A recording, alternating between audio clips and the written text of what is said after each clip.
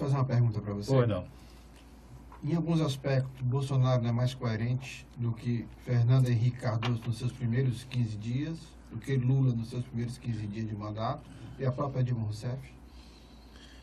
Porque, historicamente, Luiz, depois da posse só vem decepção. Não vem promessa de campanha, só vem decepção. Né? Então, eu acho nesse ponto aí você tem razão. Pelo menos uma promessa de campanha, pelo menos uma, né? Está sendo... Não é só essa não, por exemplo.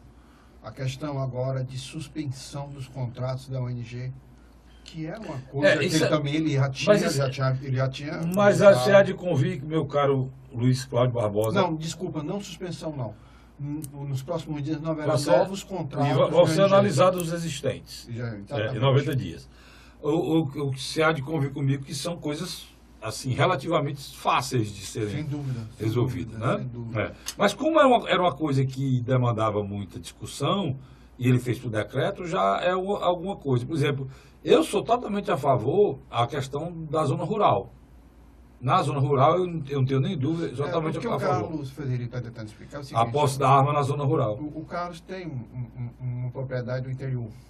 Eu e qualquer um que... E ele sabe que o interior hoje não é mais um lugar tão pacato como outrora foi, né? Não, é muito pior do que é a cidade. Porque na cidade, Luiz, você tem a possibilidade de chamar a polícia a qualquer instante, cara. A gente que mora em bairro de classe média, a polícia chega numa rapidez grande, né? Mesmo na periferia, a polícia chega. E na zona rural, se tiver um problema lá para você resolver, ou você resolve ou você se lasca. Não tem outra expressão, não. A bancada do agronegócio, a bancada da segurança pública, ou conhecida vulgarmente como a bancada da bala, literalmente deve ter gostado. Por quê? Parece que não, Luiz. Parece que eles acharam tímido. Tímido, sim. Mas já é um avanço em relação... Mas eles acharam tímido e já estão implementando aí a questão do porte da arma.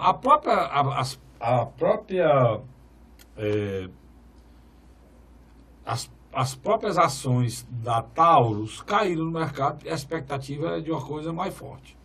Era regulamentar a questão da posse e logo, imediatamente, entrar com um projeto, uma medida provisória, autorizando o porte, né? Mas eu acho que é uma sinalização positiva. É uma sinalização positiva. Eu acredito, Carlos Frederico, que, querendo ou não, nesses primeiros 15 dias, nós temos uma demonstração clara e objetiva. Existe uma certa coerência no governo de Jair Messias Bolsonaro. A redução de número de cargos comissionados terceirizados, políticas públicas de reavaliação de contratos, que eu acho que é interessante. O Ministério do Meio Ambiente também começa a passar por esse processo. Vale também lembrar a escolha do primeiro escalão, que também foi muito longe do corriqueiro. Não, o primeiro e o início do segundo escalão, totalmente seguindo princípios técnicos e de militares. Ninguém sabe se ele vai conseguir governar lá no Congresso Nacional, essa é a dúvida. Isso aí é uma coisa na qual você tem... Só o tempo dirá. Mas que, na minha avaliação, tem sido bem recebido pela população. Tem. Agora, a gente já viu governos refazerem ministérios inteiros o governo andando. Justamente para atender os interesses políticos. Os interesses políticos partidários para poder governar. Houve 3 casos específicos. O próprio Fernando Collor de Mello, no final do seu governo, que teve que tentar uma maioria e por isso quase que entregou o governo todo na época ao PFL. Fernando Henrique Cardoso, na ânsia de aprovar a reeleição também, fez um tomar lá para cá. E o Lula, a partir de 2005, quando ele se viu ameaçado, ele também teve que fazer uma reforma ministerial e abrir espaço para forças que, teoricamente, há pouco tempo atrás, ele chamava de retóricas.